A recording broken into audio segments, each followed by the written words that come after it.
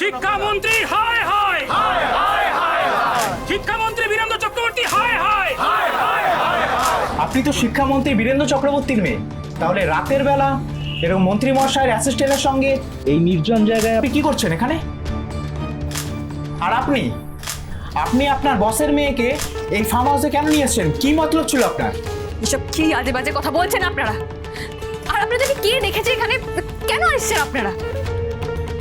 আপনার বিরক্তি দেখে মনে হচ্ছে আমরা এখানে এসে আপনাদের খুব অসুবিধা করে দিলাম ম্যাডাম। বসের মেয়েকে তাহলে আপনি নিজের জালে ভালোই ফাঁসিয়ে নিয়েছেন। যার দয়া খেয়ে পড়ে বেঁচে আছেন তারই মেয়ের সর্বনাশ করছেন। আমি কারোর কোনো ক্ষতি করিনি। আর কি যা তা বলে যাচ্ছেন তখন থেকে আপনারা? আমাদের বক্তব্য যদি ভুল প্রমাণ করতে চান তাহলে নিজেরাই বলে দিন না স্যার। একা আপনারা দুজন এখানে কি করছেন? আপনি কি নিজের ইচ্ছে এখানে এসেছিলেন ম্যাডাম, নাকি আপনাকে ভুল বোঝানো হয়েছিল? আপনার বাবার অ্যাসিস্ট্যান্ট মিস্টার শুভজিৎ কি আপনার ওপর কোনোভাবে জোর জবরদস্তি করার চেষ্টা করেছিল? চুপ চুপ করুন আপনি। যেটা জানেন না সেই নিয়ে আজে বাজে মন্তব্য করা বন্ধ করুন। প্রশ্নের উত্তর না দিয়ে পালাচ্ছেন কেন? যাচ্ছেনই বা কোথায়? কোন মুখে শিক্ষামন্ত্রীর সামনে গিয়ে আজকে আপনি দাঁড়াবেন? আপনি শিক্ষামন্ত্রীর মেয়ের কেন এত বড় ক্ষতি করতে চেয়েছিলেন? উত্তরটা দিয়ে যান। শুভ আমার কোনো ক্ষতি করেনি। ওকে এসব উল্টো পাল্টা প্রশ্ন করা বন্ধ করুন আপনারা। কারণ শুভ আমাকে জোর করে এখানে নিয়ে আসেনি, আমি স্বেচ্ছায় এসেছি ওর সাথে। বীরু, কিরে শাওনের কি মাথাটা পুরো খারাপ হয়ে গেল? আমি ভাবতে পারছি না ও কি বলছে। ও বলছে ওরা কি স্বেচ্ছায় শুভর সঙ্গে ফার্ম হাউসে গেছে? এরকম একটা জঘন্য কাজ করা সত্ত্বেও বড় মুখ করে সেটা স্বীকার করছে ও। শাওন ফার্ম হাউসে গেল কি করে? ও তো ফার্ম হাউসের ঠিকানাই জানে না। এক্স্যাক্টলি দাদা, ও তো এর আগে কোনোদিন আমাদের ফার্ম হাউসে যায়নি। ও তো জানেই না আমাদের ফার্ম হাউস কোথায়। ও না জানুক, শুভ নিশ্চয় জানে। হ্যাঁ বীরু, শুভ তো তোর ব্যাপারে সব খবরই রাখে। না বৌদি, শুভ জানতো না, কারণ আমি বা দাদা কেউই শুভকে বলেইনি। না না কাকাই কে কি জানে না জানে সেটা এখন একদম ইম্পর্টেন্ট নয়। ইম্পর্টেন্ট হলো একটাই প্রশ্ন, শাওন শুভকে নিয়ে ফার্ম হাউসে কেন গেল? ওর উদ্দেশ্যটা কি? আর সব থেকে বড় কথা, শুভ যাকে তুই এত বিশ্বাস করিস সে তোকে না জিজ্ঞেস করে শাওনকে ফার্ম হাউসে কেন নিয়ে গেল? এত বড় সাহস ওর হলো কি করে? দেখলে তোমরা সবাই দেখলে, শুভর কোনো দোষ নেই। ওই শাওন ম্যাডাম বারবার শুভর জীবনে বিপদ ডেকে আনে। এর আগের বার অ্যাক্সিডেন্ট করে শুভকে যেমন ফাঁসিয়ে দিয়েছিল, এবার জোর করে ওকে ওখানে নিয়ে গেছে। আসলে কি বলতো, ওই শাওন ম্যাডামেরই স্বভাবের দোষ আছে। শাওন মা সম্পর্কে একটাও বাজে কথা বলবে না তুমি। শাওন মা কেমন মেয়ে সেটা আমরা খুব ভালো করে জানি। তাই না জেনে না বুঝে ওনার চরিত্রের দিকে আঙুল তোলার কোনো অধিকার কিন্তু আমরা তোমাকে দেব না। বাবা, একজন বাইরের মেয়ের জন্য তুমি তোমার হবু বৌমা ওর চিৎকার করছো? হ্যাঁ দেখছিস শ্রী, হ্যাঁ তুই এই বাড়ির বউ হতে চেয়েছিলিস, যেখানে তোর চেয়ে এই বাড়ির ছেলে যেখানে কাজ করে ওই মালিকের মেয়ের কদর বেশি। না না শুনুন, আমি ঠিক সেইভাবে কথাটা বলতে চাইনি। তবে শাওন মা যখন শুভকে ওইখানে নিয়ে গিয়েছে তখন নিশ্চয়ই তার পিছনে কোনো কারণ আছে। আমাদের সবার আগে সেই কারণটা খুঁজে বের করতে হবে।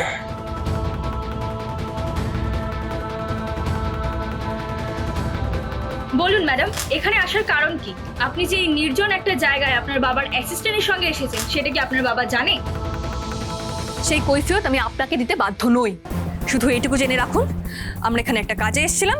সেটা কি? এটাই তো আমরা জানতে চাইছি। শুনেছি দুদিন আগেই আপনার 21তম জন্মদিন সেলিব্রেট হয়েছে। তা বাবার পার্সোনাল অ্যাসিস্ট্যান্টের সঙ্গে এখানে কি প্রাইভেট সেলিব্রেশন হচ্ছিল? Shut up! এসব কুরুচিকর কথা বলে কি ইঙ্গিত করতে চাইছেন আপনি? আমরা কিছু ইঙ্গিত করছি না ম্যাডাম, আমরা শুধু সত্যিটা জানতে চাই। সাধারণ মানুষ আমাদের থেকে শুধু সত্যিটাই আশা করে এসেছে।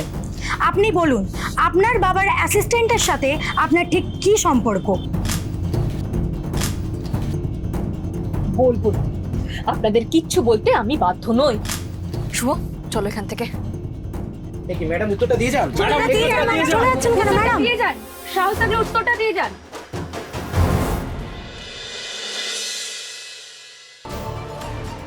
লজ্জা করে না তোমার? কোন মুখে এই বাড়িতে আবার ঢুকেছো তুমি? আর শুভ, কি হলো? চুপ করে আছো যে?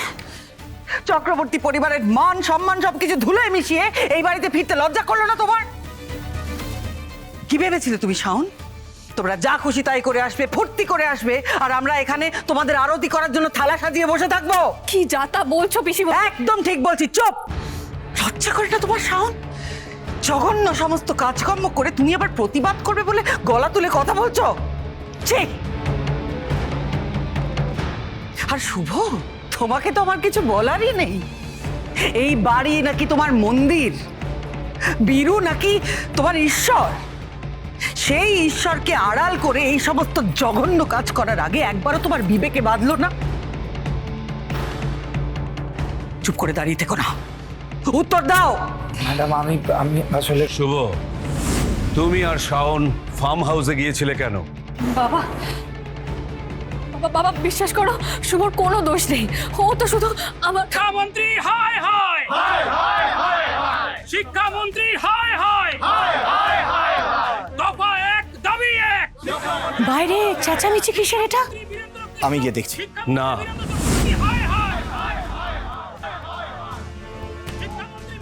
শিক্ষামন্ত্রী হায় হায় শিক্ষামন্ত্রী হায় হায় শিক্ষামন্ত্রী বীরেন্দ্র চক্রবর্তী হায় হায় দফা এক দাবি এক। দফা এক দাবি এক।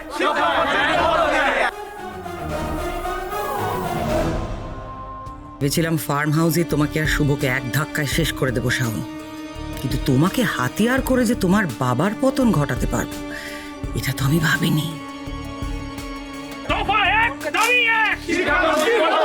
বলছি আপনারা আপনারা আপনারা শান্ত হন, স্লোগান দেওয়া বন্ধ করুন। আপনারা স্যারের বিরুদ্ধে এসব কথা কেন বলছেন? ওনার কি দোষ এতে? আর ওনার পদত্যাগের কথা উঠছে কোথার থেকে? তার জবাব তোমার মতো লোপাটকে দেবো নাকি? শিক্ষামন্ত্রীর মেয়েকে নিয়ে ফার্ম হাউসে নষ্টমী করার সময় মনে ছিল না, আর এখন আসছে মন্ত্রী মশাইয়ের গদি বাঁচাতে। দোষ কিন্তু এই ছেলের একার নয়, দোষ শিক্ষামন্ত্রীর শিক্ষায়। ওনার মেয়ে তো সাংবাদিকদের বলেছে যে ও এই ছেলেকে নিয়ে ফার্ম হাউসে গিয়েছিল। তাহলে যে শিক্ষামন্ত্রী নিজের মেয়েকে ভালো শিক্ষা দিতে পারে না, তার কাঁধে সারা রাজ্যের ছেলে মেয়েদের শিক্ষার দায়িত্ব থাকবে কেন?